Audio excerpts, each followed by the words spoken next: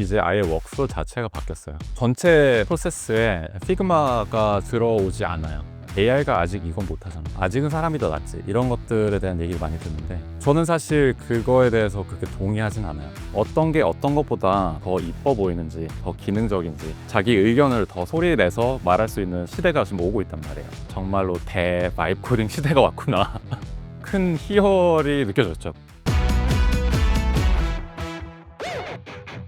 안녕하세요. 저는 안채민이라고 하고요. 감마라고 하는 AI 프레젠테이션 플랫폼에서 AI랑 이노베이션 담당하는 첫 번째 프로덕트 디자이너로 일하고 있습니다. 작년 오늘과 요즘의 일상을 아주 단적으로 비교를 해보자면은 이제 아예 워크플로우 자체가 바뀌었어요.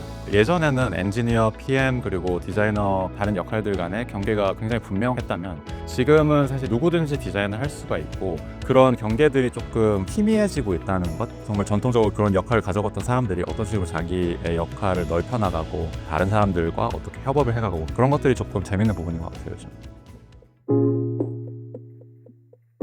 저 같은 경우는 태어난 건 처음 독일에서 태어났고 저희 부모님이 그때 거기서 대학원을 하고 계셨어요. 그래서 독일에서 처음 태어나서 거기서 한 9년 정도 살다가 부모님 한국 오실 때 같이 한국 와서 초, 중, 고, 대학교까지 나온 거죠. 군대까지 마친 거죠, 거기서. 그리고 그 다음에 제가 대학원을 하러 미국에 왔었는데 그때 당시에 그 결정을 내릴 때 사실 유럽에 있는 학교도 몇 군데를 생각은 했었는데 지원을 하지 않게 됐던 계기가 뭐였냐면 대학교 때부터 굉장히 막연하게 미국에 가서 스타트업을 해야지라는 문장이 머릿속에 있었던 거는 기억이 나거든요.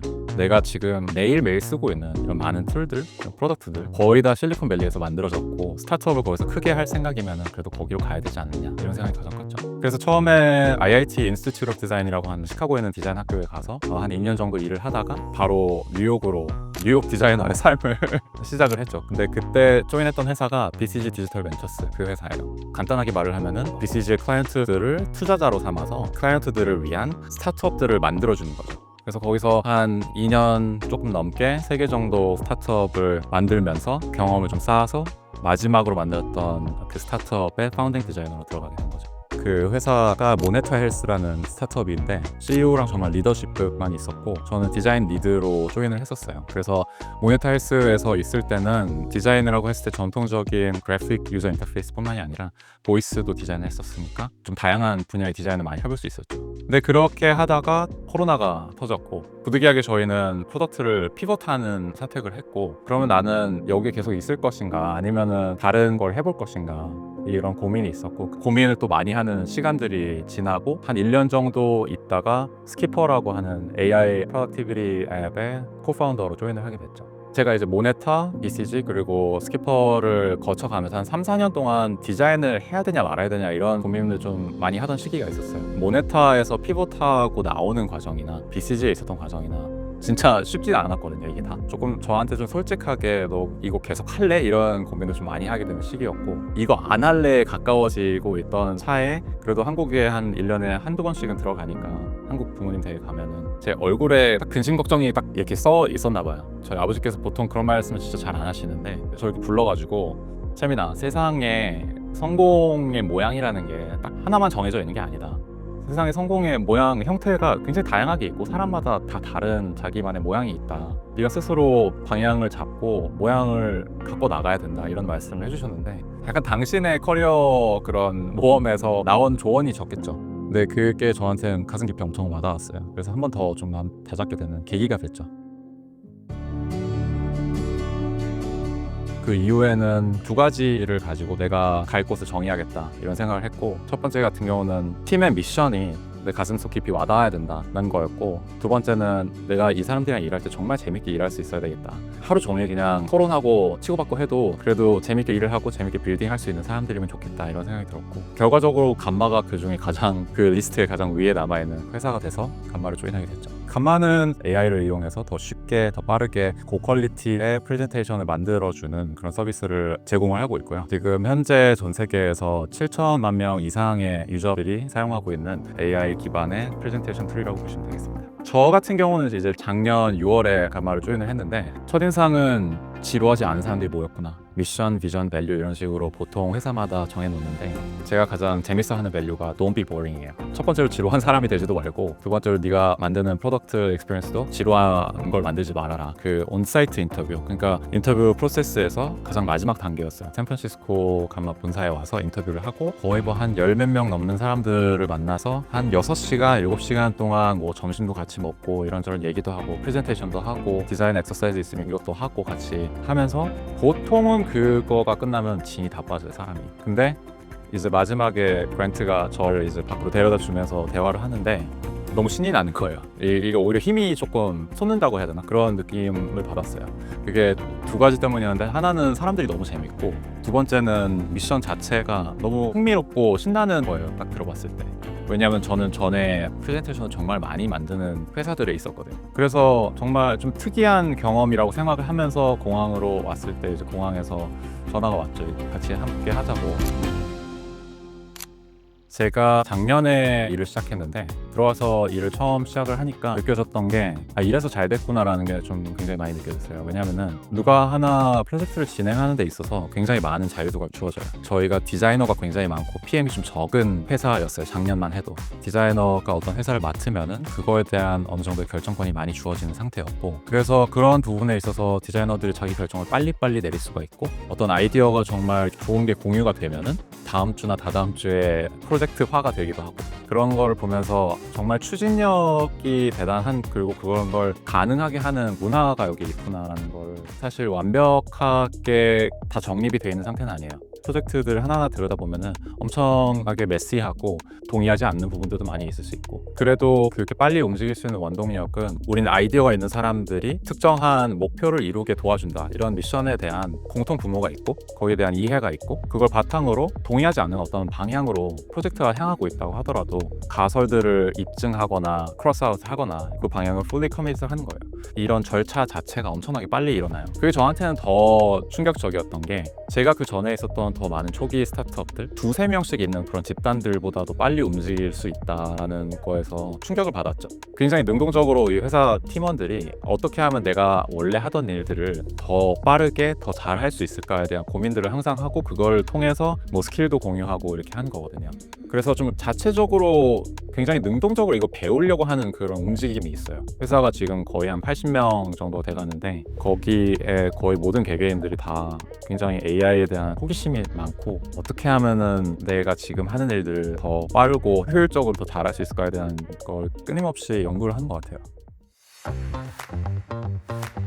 감마에 엄청나게 많은 유저 수가 들어온 건 사실 몇 년 전에 AI로 완전히 피벗을 하면서 기하급수적인 그로스를 경험하게 된 케이스거든요. 그래서 제가 이미 조인했을 때부터 수천만 명 이상의 글로벌 유저가 형성이 돼 있었고 감마 이전에도 AI 관련된 그런 프로덕트들, 그런 스타트업들에서도 일을 많이 했었었는데 그때 당시에는 한계점이 굉장히 딱 정해져 있는 그런 느낌이었다면은 정확히 기억이 나요. 작년 크리스마스였어요, 그게. 1월 첫째 주마다 감마에서는 핵 위크라는 걸 해요. 모든 회사 사람들이 하던 거 다 내려놓고 자기 평소에 조금 실험해보고 싶었던 아이디어가 있으면은 그거를 엔지니어 한 명 이제 붙잡고 실현을 하는 거예요. 그래서 금요일날 그 회사 전체 앞에서 하나하나 다 발표를 하는 거예요. 그때 그 오퍼스의 발전에 대한 얘기를 듣고 이번에는 나 그러면은 엔지니어 없이 혼자 해보자. 그 전에는 제가 사실 뭐 바이브 코딩 툴들을 진짜 많이 써보긴 했었는데 항상 막히는 지점이 있었어요. 제가 엔지니어가 아니기 때문에 뭐 버그 같은 게 있으면은 이게 왜 생기는지도 모르겠고 이걸 더 이상 그 단계 이후로 끌고 갈 수가 없는 거예요. 근데 그날 딱 느꼈던 게 아무런 막힘이 없이 쭉쭉 나가는 거예요. 막힘이 한번 생기면은 얘가 알아서 능동적으로 문제를 찾아서 해결해주고 그런 수준이 된 걸 보고 너무 충격을 받았죠. 그때 굉장히 큰 희열이 느껴졌죠. 바이브 코딩 시대가 왔구나. 이런 거 느꼈죠. 피그마에서 80% 이상의 시간을 보냈던 게 저의 티피컬한 그런 일상이었다면 지금은 클라우드 코드와 클라우드를 이용해서 거의 모든 디자인 프로세스를 처음부터 끝까지 다 진행을 할 수 있다는 점에서 저 개인적으로도 많은 변화가 있었고 가장 결정적인 차이는 뭐냐면은 내가 실제로 작동하는 프로토타입을 만들어서 그걸로 테스팅을 할 수 있다는 게 가장 큰 장점인 거예요. 이게 정말 만들어졌을 때, 구현이 됐을 때 사람들은 어떻게 반응할까 이런 거에 대한 답변을 바로 줄 수가 있다는 거. 엔지니어한테 의존하지 않고 디자이너로서 그걸 바로 이렇게 받을 수가 있다는 거. 그게 가장 큰 차이인 것 같아요. 주니어 분들한테 이걸 따를 필요는 없지만 한 번쯤 고려해 보시라고 말씀을 드리는 건데, 지금이 사실 한국에서도 그렇겠지만 미국에서도 정말 제가 보지 못했던 어려운 취업 시장이에요. 커리어를 정말 조그만 스타트업들에서 많이 보낸 입장에서 제가 드릴 수 있는 말씀을 하나 드리자면은, 큰 회사를 가는 옵션과 파운딩 디자이너로 가는 옵션을 봤을 때 두 가지 길이 위아래가 아니라 사실 다른 게임이에요. 아예 다른 게임이라고 하는 게, 큰 조직에 내가 갔을 때는 좀 잘 정의된 문제의 한 조각을 깊게 파는 법을, 그리고 그 시스템을 잘 관리하는 법을 배우게 되고, 초기 팀은 아무것도 정의 안 된 상태에서 좀 전체를 만들어 볼 수 있는 그런 기회가 있어요. 지금 AI 덕분에 정말 초기 팀들이 역사상 제일 많아지고 있잖아요. 그 스타트업들이 정말 우후죽순으로 생겨나고 여기저기 다 막 10 밀리언은 정말 작은 투자 금액이 돼버리고, 도구가 지금 이렇게 평등해진 시대에서 한 사람이 끝까지 만들어보는 그런 경험이 쌓이고 나중에 제가 전에 말씀드렸던 그런 판단력을 기를 수 있게 되는 기회들이 사실 어느 정도 많이 주어졌다고 생각을 해요. 자기가 처음부터 만들 수 있는 곳을 한번 찾아보시는 것도 저는 되게 좋은 경험이 될 수 있다고 생각을 하거든요. 듣기 싫었던 말일 수도 있어요, 어떤 사람들한테는. 근데 자기가 디자인을 정말 하고 싶다면 가장 현실적으로 한 번쯤 고려해 봐야 되는 옵션이라고는 생각을 해요. 결과적으로 디자인은 커먼 센스를 충족시키는 역할이라고 생각해요. 내가 만든 걸 남들한테 보여줬을 때 이 사람들이 이걸 쓸 수가 있느냐, 이런 게 가장 최대 질문 중에 하나인데, 자기가 만든 걸 어떻게 검증을 하고 가설들을 검증을 하고 계속 발전시켜 나갈 수가 있는 사람인지, 디자인을 대하는 태도나 유연성 같은 것들이 거기서 다 묻어 나오니까, 결국엔 내가 내 생각을 얼만큼 조리 있게 남한테 이해시킬 수가 있느냐는 어떻게 봤을 때는 디자인 스킬의 연장선이에요. 나의 커뮤니케이션 스킬을 가지고 결국에는 내가 생각하는 방향으로 기능이 런치가 되는 데까지 이끌어 나가고, 포론도 할 수 있어야 되고 방어도 할 수 있어야 되고 공격도 할 수 있어야 되고 하니까, 그런 식의 커뮤니케이션 스킬을 지금부터 굉장히 좀 갈고 닦으시는 걸 많이 추천드립니다.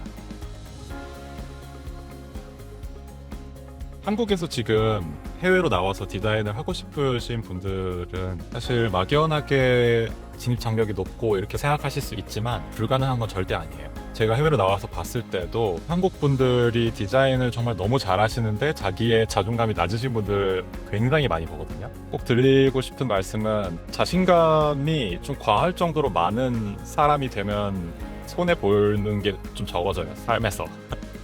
그래서 좀 딜루셔널한 그런 사람이 돼서, 내가 지금 한국에 있지만 정말 엔트로픽 이런 데다도 진짜 지워서 그냥 바로 내보고 이런 시도를 계속 해보시면 좋을 것 같아요.